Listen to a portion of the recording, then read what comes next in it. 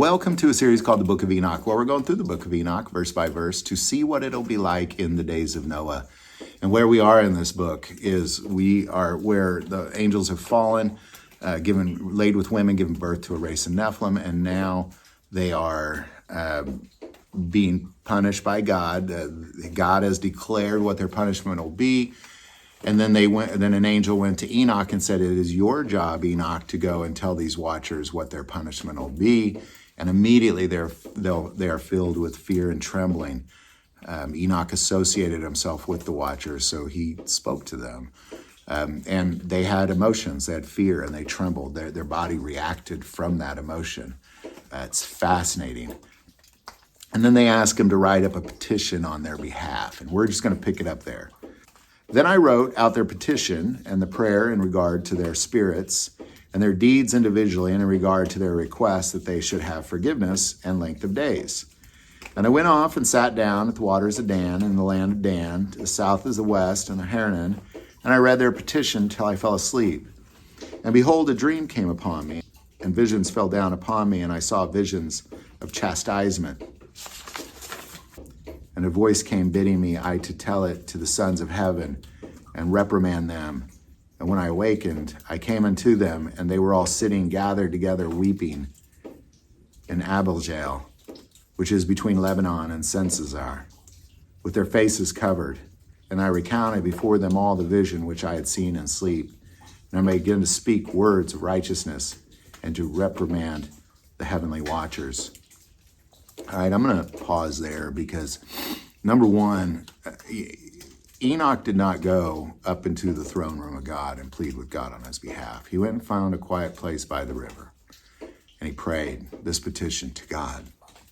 God heard it, and when he fell asleep, he showed him his answer in his sleep. He made it clear and plain to him.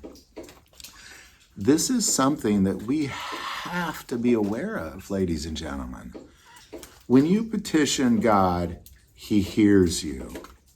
When you call out to him, he hears you. And he may answer you in a dream and show you what it is he's about to do. And so many times we write off dreams, we don't try to understand what they are. And I do want to make a note real quick that I said in the last video, they weren't allowed to, they were separated from God. They couldn't even talk to God. They couldn't even lift their eyes to heaven. But it is the blood of Jesus Christ that allows us, that links that separation. So we have sin in our life. What the watchers did wasn't any worse necessarily than all your sexual immorality and all your profiting and all your warfare. They just were held to a different standard because of who they were. And the result of what they did destroyed mankind. And there's all sorts of things that we're doing right now that could potentially destroy mankind, including warfare. And that's what they taught them how to do.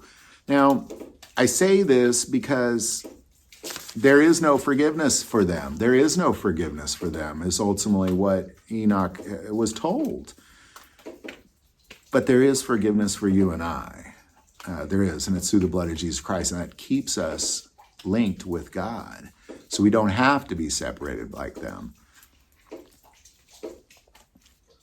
And I also want to make note that they were all weeping, because last time I talked about the emotions of angels. They had fear, and it caused their body to react, and they trembled.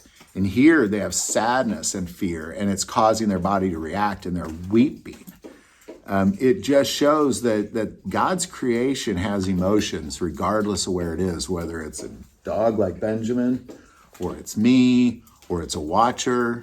We have emotions, and we feel things like fear and happiness and joy and anxiety and things like that, just like the angels do. And it's important we make that note. But the thing that we have to fully grasp is that in order for, because we'd be in the same boat. If I did not have Jesus Christ in my life and I suddenly became aware of the consequences that God has for me, I would be so scared I would be trembling because of what I have done. I would be so scared and so sad that I would weep I understand this feeling that they have, but it's so rewarding to know that we are not separated from God, that we can plead with Him on our behalf, and that we are forgiven through the blood of Jesus Christ. So there you go. Any thoughts or insight? We'll keep digging through the Book of Enoch.